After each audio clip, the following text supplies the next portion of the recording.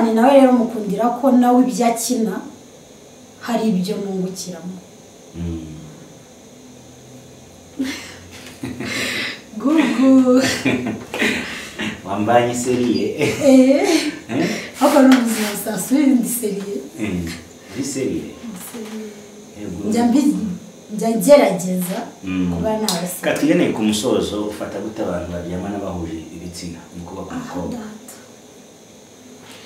ntabwo ngiye kuba yacira urubanza ariko hari ukuntu ujya nk'ahantu ukaba wahura n'umuhungu fizikali ari umugabo uri ku imyitwarire imyambarire imyifatire ukabona ni umugore ni ukuri ni ibintu biba bitaryoheye amaso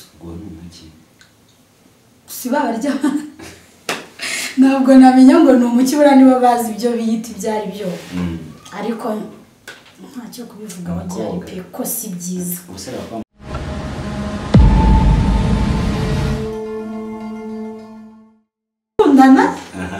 ntabwo tubana urukundo ni feelings abantu bagirana ntabwo ari ibikorwa bakora rero urumva biracyari mu gihe cya feelings ntabwo birazamo ngo byivange n'ibikorwa bigere kuri iyo level ushaka kumbaza twagiye noneho kubera iki abakobwa babyarira iwabo bakunda kwa Ukraine akora ubukwe twabonye Aline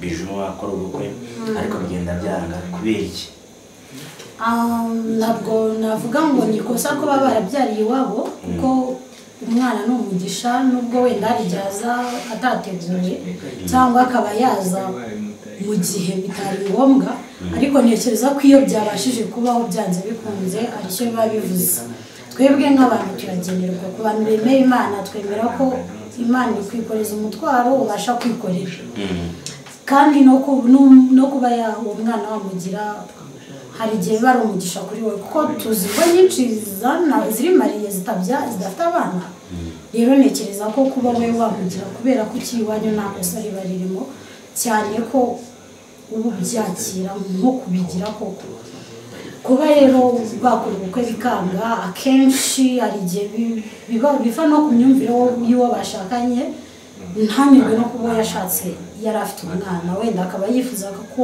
imfura yaba iyabo bombi cyangwa se ntahaze wa mwana yasanganye na nyina nabyo ntekereza ko bishobora kuba impamvu yo kuba batakubaka gusa ntabwo umwana ari ikibazo ahubwo ni umugisha kuri iyo famiye yaba mama wamubyaye n'umugabo umushatse yakabaye umugisha Jori twe kuca ku ruhande ni ikiguzi kingana iki byasaba umuntu wagukunde nta kiguzi kibirimo kuko gukundwa ni umugisha ni umugisha nanjye ndakunda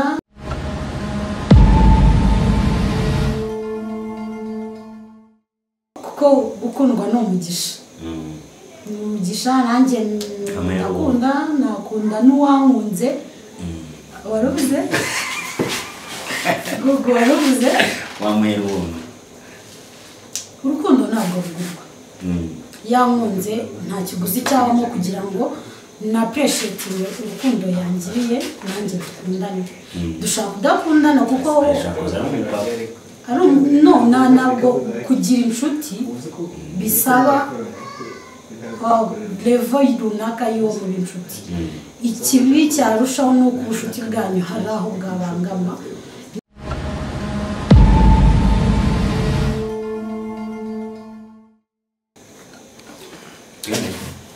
alright tubasubiza kandi mbifurize ishami y'iryo mu buzima bw'abari bakomeze kubana namwe nakiriye ndi indi mpano akaba isugi mu mutwe uzi icyo bita kuri isugi mu mutwe icyo bisobanuye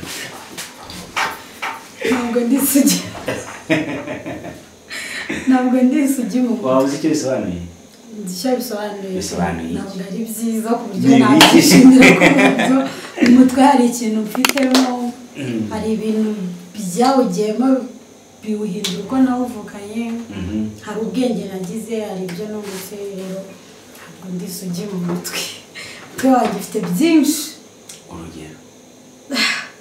urugero ni imishinga myinshi yaba yaraninze yaba iyo nteganya ko igiye kuraninga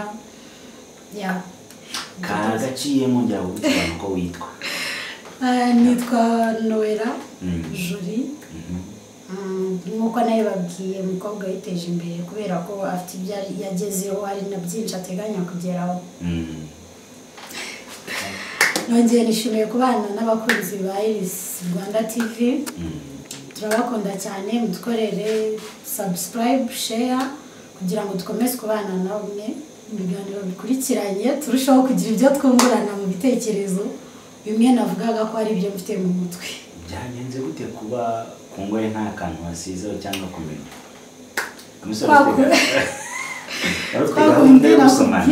nakubwiye ko hari ibintu byinshi biri mu mutwe umuntu aba ari mu bintu byinshi bitamuha umwanya wo kwicara agatekereza ko nibyo hari icyo byenda guhindura ku byo arimo guteganya gukora niyo mpamvu ubona tinatrere hari umuntu utubwira ko ushaka kureba uburanga bw'umukobwa umubona ari mu gitondo akibyutse mbona mu gitondo akibyutse ariko hari igihe yabyuka n'ibyo yararanye n'ibyo ari bibona uri mwiza muri ibyo bihe byose ndabona ndi mwiza ni nimugoroba ariko nizeye neza ko kuko nabyutse icyo nahinduye no kwihumura rero nta kidasanzwe kandi igihe cyose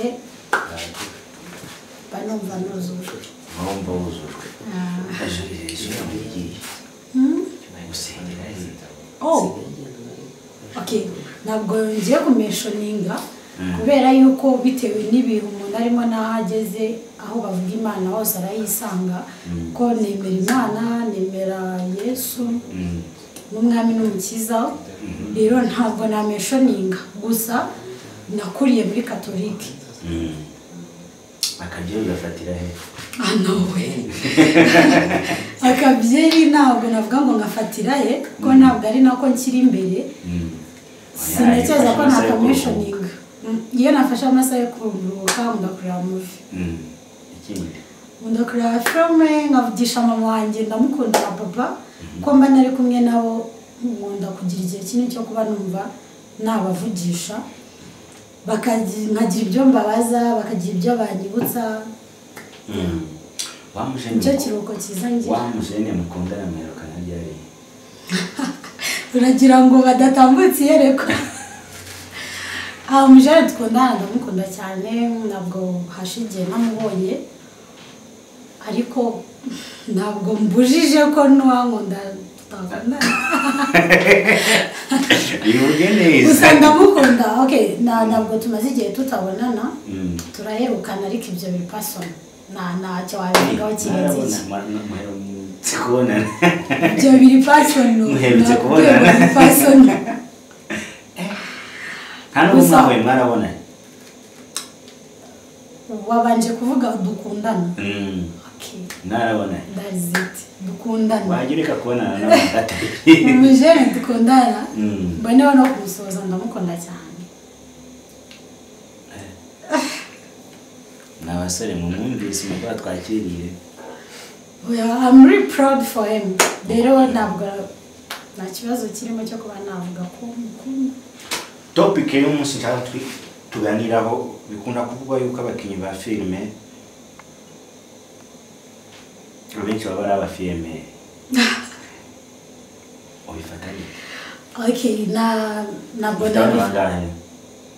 nk'uko nabikubwiye mbere ndacyafite alubumu yuzuye ahubwo mbwira ngo ndateganya kuyironshinga ryari kuko abana bo iyo kimwe mu bantu bakomplayininze bo batubeshyeho baratubeshye muri iyi sugi ntabwo bagomba kwikomplayininga ko nubwo hariya nari nsubije ibintu bijyanye no kwinjira mu buzima bwanjye bwite ariko nari ndi proud yo kwivuga ko nta kinyoma cyari kibirimo rero gukomplayininga kw'abantu ntabwo wabuze umuntu kuvuga kubera ko ntabwo kuri kose kujya hanze ngo haza abantu bose sheri wanjye navuze ko ari umuhungu dukundana ntabwo navuze ko ari umugabo tubana turakundana ntabwo tubana urukundo ni feelings abantu bagirana ntabwo ari ibikorwa bakora rero urumva biracyari mu gihe cya films ntabwo birazamo ngo byivange n'ibikorwa bigere kuri iyo level wowe ushaka kumbaza. Twagiye noneho kubera iki abakobwa babyarira iwabo bakunda kwa Ukraine akora ubukwe twabonye Aline Bijou akora ubukwe ariko bigenda byanga kubera iki? Ntabwo navuga ngo ni kosa ko baba barabyariye iwabo kuko umwana ni umugisha nubwo wenda arijaza atateguye cyangwa akaba yaza mu gihe bitari ngombwa ariko ntekereza ko iyo byabashije kubaho byanze bikunze aricyo biba bivuze. Twebwe nk'abantu turagenerwa ku bantu bemeye Imana twemera ko Imana ikwikoreza umutwaro ubasha kwikorera kandi no kuba uwo mwana wamugira hari igihe biba ari umugisha kuri we kuko tuzi ko nyinshi ziri mariye zidafite abana. Rero ntekereza ko kuba we wamugira kubera ko ikiwanyu nta kosa riba ririmo cyane ko ubu byakira nko kubigira koko. Kuba rero bakora ubukwe bikanga akenshi hari igihe biva no ku myumvire y'uwo bashakanye ntanyurwe no kuba yashatse yari afite umwana wenda akaba yifuza ko imfura yaba iyabo bombi cyangwa se ntahaze wa mwana yasanganye na nyina. Nabyo ntekereza ko bishobora kuba impamvu yo kuba batakubaka gusa ntabwo umwana ari ikibazo ahubwo ni umugisha kuri iyo famiye yaba mama wamubyaye n'umugabo umushatse yakabaye umugisha. Jolie twe kuca ku ruhande ni ikiguzi kingana iki byasaba umuntu wagukunde? Nta kiguzi kibirimo niba mfite umukunzi uwo ni umukunzi wanjye ariko ntibikwiye ko nagira inshuti kandi umuntu ntabwo yaba inshuti yawe utamukunda ahubwo izo nkundo nizo ziba zitandukanye. Ufata gute umugabo ukubwira ko yagukunze? Nshobora kubifata nk'aho biheruka ryari? Ntabwo navuga ngo biheruka ryari kuko ntekereza ko abantu tuziranye nibwira ko tuziranye cyane tutanangamirwa. Rero ntabwo navuga ngo biheruka ryari kuko ese wowe uranyanga ndetse ntidukundana ntabwo nyine ubushuti ni iki se ni ukubara. Ufata gute umugabo akwiye ko agukunda? Umugabo wambwiye ko ankunda ndabyapureshiyetinga ahubwo nkaba numva namenya impamvu yankunze. Ese ashobora kugukundira wenda ibyo ukora akagukundira level uriho akabona agukunze ko hari ikintu wimariye. Ibyo birashoboka atari uko agukunze kugira ngo mukore amakosa wenda yo kuba yahemukiye uwo bashakanye. Aho ntabifata neza ni hahandi aba yumva ko urwo rukundo afite rugomba kuza kuhafekita zimwe mu nshingano yari afite cyangwa se ngewe uko nari mbayeho niho byaba ikibazo ariko ntabwo nkunda guhura nawe. Ntabwo ukunda guhura nawe? Urakoze guterera bigarukiye ku ruganda rwawe rwa sinema zinyura hehe? Zinyura kuri channel Freedom Rwanda TV, Freedom Series Rwanda. Niho amafilimi turimo kugenda dukora muri iyi minsi wayasanga. Dushaho no kubasaba ko mwatwara subscribe, share na comment kuko turimo turazamuka kandi nk'abanyarwanda n'abaturanyi n'inshuti dukunda kuzamurana. Mwadufasha natwe tukagera aho tuva n'aho tugera ko byose nimwe tubikorera. Wumva ko umukinnyi wa filime bizagufasha iki? Kubera ko nanjye nzigiramo izakinwe n'abandi nifuza ko nanjye zamfasha kumva ko hari umuntu ufite ikintu yungutse cyangwa yize ku byo nakinnye. Ninde ufatiraho urugero nka role model wawe? Mu bakinnyi ba filime mu Rwanda? Mu bakinnyi ba filime mu Rwanda kubera ko maze kubona ntabwo uwo wari urimo gufatiraho urugero uyu munsi akenshi bagenda bacika intege ugasanga havutse abandi gutyo bisimburana. Gusa muri iyi minsi kuko ndimo gukunda filime yitwa Ibanga ya Nyambo ubu navuga ko Nyambo nawe hari ibintu ndimo kumukuraho. Ariko Nyambo akina na Kiramani? Akina na Kiramani. Kiramani umuzi mu myaka ingahe? Kiramani muzi imyaka irimo muzi mu makomediye ibintu byinshi nyine akina akanganye yigize umusirikare n'ibiki kugeza ubu ngubu nyine. Kiramani w'umukomedi Okay, ntabwo mvuze mentioninze ngo mukundira iki cyangwa iki Kiramani. Nje nari nakubwiye ko ndimo kurebera kuri Nyambo. Mbajije na Kiramani. Kiramani nawe rero mukundira ko nawe ibyakina hari ibyo nungukiramo. Gugu. Wambaye seriye. Ako n'ubuzima sasubira ndi seriye. Ndi seriye. Njya ngerageza kuba nabase. Katugene ku musozo ufata gute abantu baryama n'abahuje ibitsina mu kuba ku mukobwa. Ntabwo ngiye kuba yacira urubanza ariko singiye no kubashima. Bande. Abo baryama n'abahuje ibitsina. Simbaciye urubanza kuko mubaciye urubanza kuko abantu baryama n'abahuje ibitsina. Ngo nta mukobwa ukunda. Kandi Jangira ubwa kwasanga wipevera. Ikintu ngiye guheraho mvuga. Ntabwo uri mwipevera.